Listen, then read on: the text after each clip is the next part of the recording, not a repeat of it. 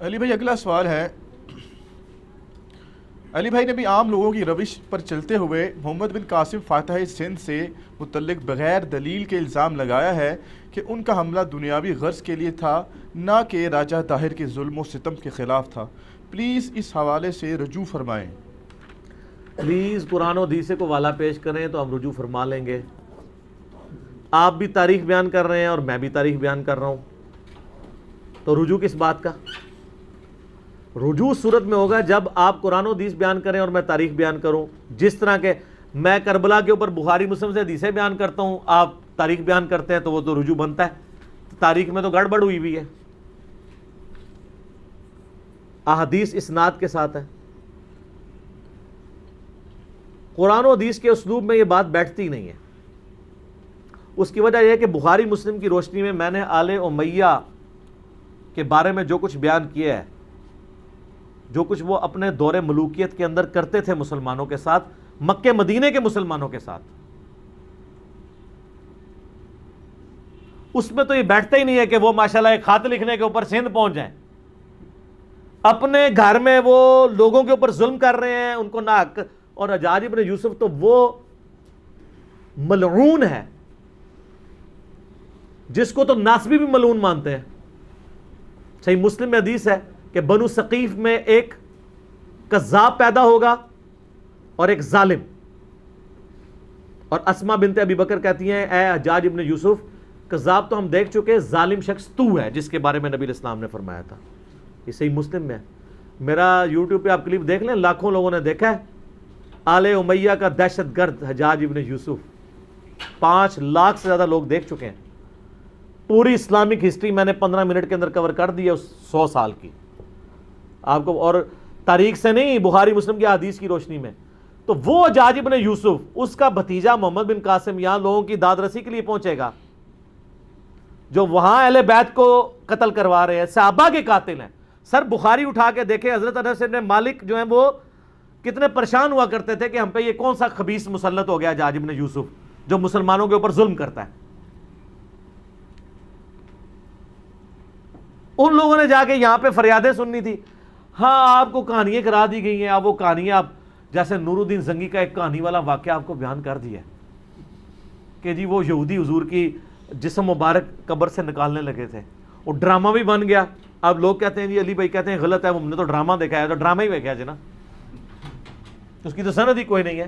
سمودی نے وہ 500 سال کی سند ہی بیان نہیں کی ہے، اور پھر معذرت کے ساتھ بریلویوں کے تو عقیدے کے خلاف ہے۔ کیا رسول اللہ نور الدین زنگی کے محتاج ہیں اپنی قبر مبارک میں اپنے جسم کی حفاظت کے لیے؟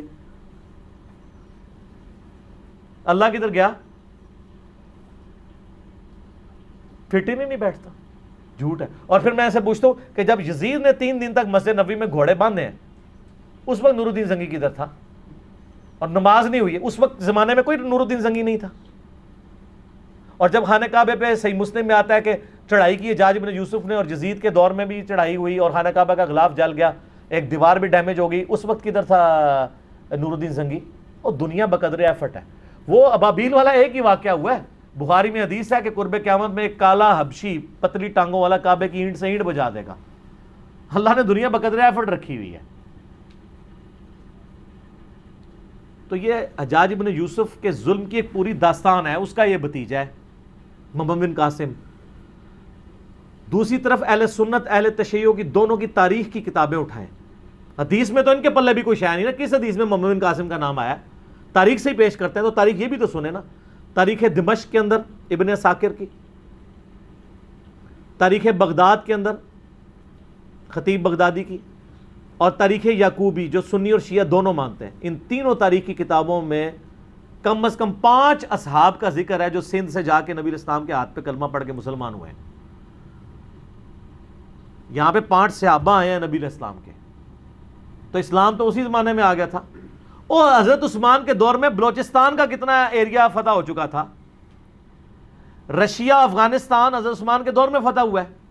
بخاری میں موجود ہے کہ ہم رومن اور پرشین امپائر جب گری، اس کے بعد وہاں کے لوگوں کو ہم نے ابھارا کہ ہم نے آذربائیجان اور یہ ساری فتوحات کرنی ہے حضرت عثمان کے دور میں۔ اسلام تو آ چکا ہوا تھا یہاں پہ، اور صوفیاء اپنے چکر میں ڈالتے ہیں ہم اسلام لے کے آئے، ناصبی محمد بن قاسم کو لے کے آتے ہیں جی وہ آیا تھا، اور وہ آیا اس لیے تھا میرے بھائی وہاں سے جو اہل بیت تھے وہ اپنی جانیں بچا کے ہجرت کر کے سندھ میں آئے تھے، راجہ دائر نے ان کو پناہ دی ہوئی تھی، تو وہ کہتا تھا ہمارے بندے واپس کرو. اور سر آپ سندھ میں آج چلے جائیں، سندھیوں سے ان کی ہسٹری پوچھ لیں. میں اکثر کہتا ہوں اللہ کے بندو، پاکستان کی ساری کتابوں میں یہ لکھ دینا کہ پاکستان جو ہے محمد علی جناح نے سیکولر سٹیٹ بنائی تھی، کوئی فرق نہیں پڑتا. آج لوگ زندہ ہیں جنہوں نے محمد علی جناح کی تقریریں سنی ہوئی ہیں، یہ عملی تواتر سے ٹرانسفر ہو رہی ہے. اور یہ کہ جی مسلمانوں کا قتل عام ہوا تھا، یہ کتابوں سے نکال بھی دیں تو وہ مسلمان تو نسل در نسل رہیں گے نا. کسی کی دادی مری ہوئی ہے، کسی کا دادا مرا ہوا ہے، جب وہ اپنی اولاد میں ٹرانسفر. آج بھی جتنے مہاجرین ہیں 70 سال ہو گئے، آپ ان سے پوچھیں وہ بتائیں گے کہ ہمارا، کوئی کہے گا میرا دادا قتل ہوا تھا، کوئی کہتا ہے میرا پردادا قتل ہوا تھا. آپ 200 سال بعد بھی چلے جائیں گے نا، وہ بتائیں گے ہمارے ابا اجداد کو قتل کیا گیا تھا. اس کے لیے آپ کو ہسٹری کی کتاب پڑھنے کی بھی ضرورت نہیں ہے. تو جن اہل بیت کے ساتھ ظلم ہوئے ہیں نا، ان سے بھی تو پوچھیں. اہل بیت میں سے سنی ہو یا شیعہ سید جہاں پہ بھی موجود ہیں، ان سے آپ پوچھیں کہ یہاں پہ محمد بن قاسم کیا لینے آیا تھا. وہ تو نہیں مانتے، وہ تو کہتے ہیں ہمارے ساتھ ظلم کیے، اور تاریخی کتابوں میں بھی موجود ہے. اور پریکٹیکلی حجاج ابن یوسف کا پورا کریکٹر ہے. اور سر جو اپنے ملک کے اندر 2 نمبری کر رہے ہیں اور دوسرے ملکوں میں جا کے ماشاءاللہ لوگوں کی حفاظت کریں گے، وہ یہ فٹ ہی نہیں بیٹھتا. تو سندھیوں کو پتا ہے کہ وہ کیا کر کے گیا ہے. اور پھر آپ کو سب کو یہ پتا ہے کہ جب محمد بن قاسم نے سندھ کا وہ علاقہ فتح کیا تھا، تو اس کے بعد آپ کو بتایا جاتا ہے کہ پھر بعد میں محمد بن قاسم کو واپس بلا کے جیل میں ڈال دیا گیا. یہ اس ڈرامے میں بھی دکھایا گیا جو محمد بن قاسم پہ ڈرامہ بنایا تھا پی ٹی وی نے. ہم یہ پوچھتے ہیں کہ محمد بن قاسم کو جیل میں نے ڈلوایا تھا، انجینئر صاحب کی ویڈیوز دیکھنے والوں نے ڈلوایا تھا، وہ جیل میں کیوں ڈالا گیا تھا؟ اس لیے کہ پیچھے خلیفہ چینج ہو گیا تھا. پہلے خلیفہ تھا عبد الملک بن مروان کا بیٹا ولید بن عبد الملک. حجاج ابن یوسف اس کا رائٹ ہینڈ تھا. حجاج ابن یوسف کو اس نے کوفے کا بھی اور حجاز کا گورنر بنایا ہوا تھا.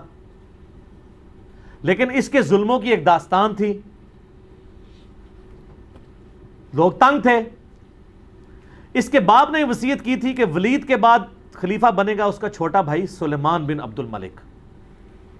لیکن ولید کو بھی لالچ آ گئی، کیونکہ یہ تو ہے ہی لالچی دور ہے نا.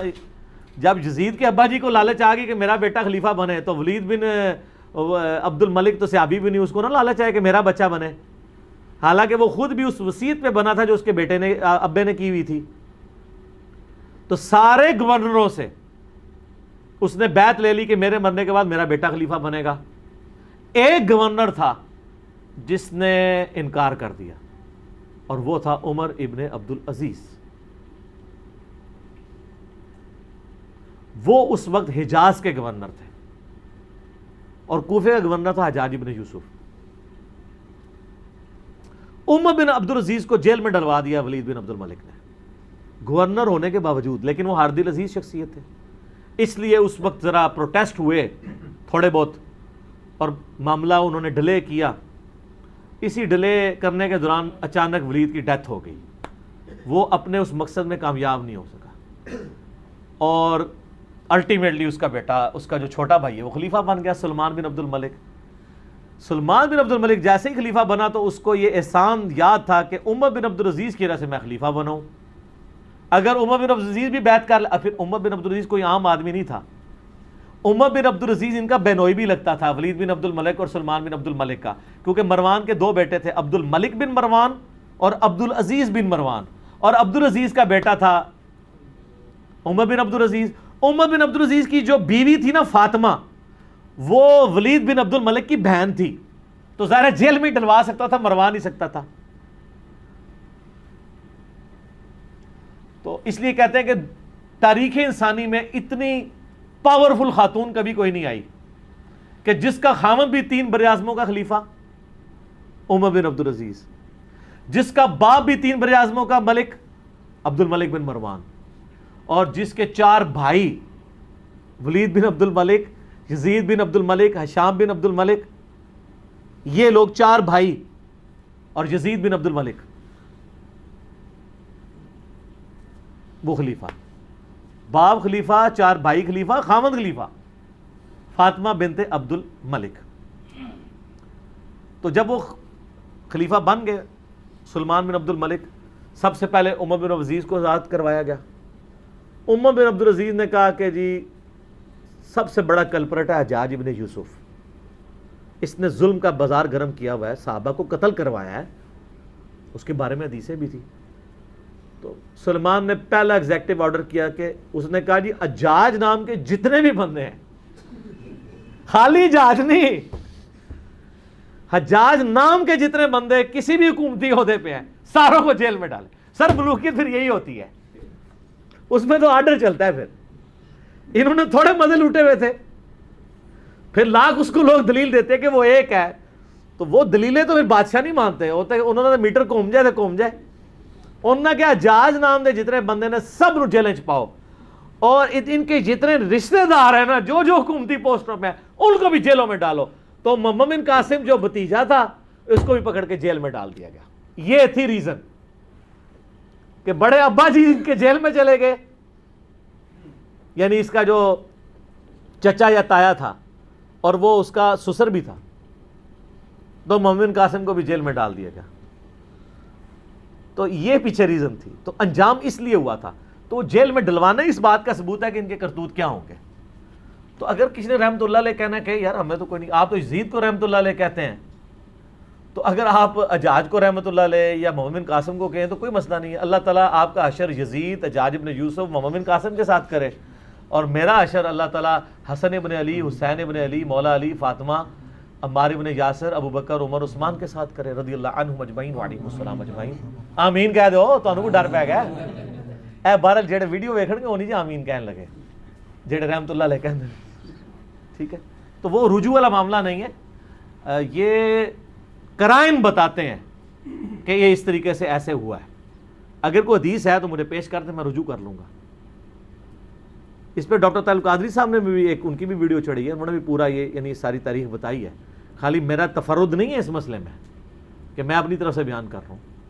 باقی آپ سندھیوں سے جا کے پوچھ لیں, وہ سندھیوں نے تو اتنی ویڈیو وہ شیئر کرائی ہے کہ وہ ہر جگہ پہنچی ہوئی ہے کہ یار پہلی دفعہ کسی داڑھی پگڑی والی بندے نے ہمارے حقی کو بات کی ہے. خام خواہ مطلب ان لوگوں نے اس کو ہیرو بنایا ہوا تھا, اس نے تو ہمارے ساتھ یہ کیا ہے. ادھر میں یعنی کافروں کی نہیں بات کر رہا, مسلمانوں کی. ٹھیک ہو گیا. اور میں اپنی طرف سے بات نہیں کر رہا, میں نے یہ کربلا والے ریسرچ پیپر میں یہ ساری حدیثیں ڈالی ہیں. یہ میں ذرا اس کا تعارف بھی کرا دوں میرے بھائیو. یہ میں نے ایک ریسرچ پیپر لکھا ہے, واقعہ کربلا کا حقیقی پس منظر, 72 صحیح الاسناد احادیث کی روشنی میں. 72 کا ٹائٹل تو شہدائے کربلا کی نسبت سے ہے, احادیث اس میں 200 سے زیادہ ہیں, جس میں میں خلفائے راشدین سے شروع ہوں, سیدنا عمر کی شہادت سے شہادت حسین تک. حقیقی خلفائے راشدین کون ہیں؟ شہادت عثمان کے اصلی اسباب, جنگ جمل, صفین, نہروان, حضرت معاویہ کا دور ملوکیت, صلح حسن, اس کے بعد یزید کی ولی عہدی, اور الٹیمیٹلی حضرت حسین ابن علی کی مظلومانہ شہادت رضی اللہ عنہما وعلیہم السلام. اس کی سافٹ کاپی آپ ہماری ویب سائٹ ahlsunnatpak.com سے فری ڈاؤن لوڈ کریں. 5B ریسرچ پیپر ہے, ہارڈ کاپی فری, اور اس کے ساتھ باقی ریسرچ پیپرز ہیں ٹوٹل 9, 3 اذکار کارڈ ہیں, وہ آپ منگوا سکتے ہیں. صبح 9 سے مغرب تک ہماری اکیڈمی کا نمبر کھلا ہوتا ہے, +92 کے کوڈ کے ساتھ 32159000162, اور پاکستان سے کریں گے تو 032159000162. کال کریں, اپنا ایڈریس ٹیکسٹ میسج کریں, فری کاپی آپ کے گھر آ جائے گی. ایک کاپی تو ہم سب کو فری دیتے ہیں.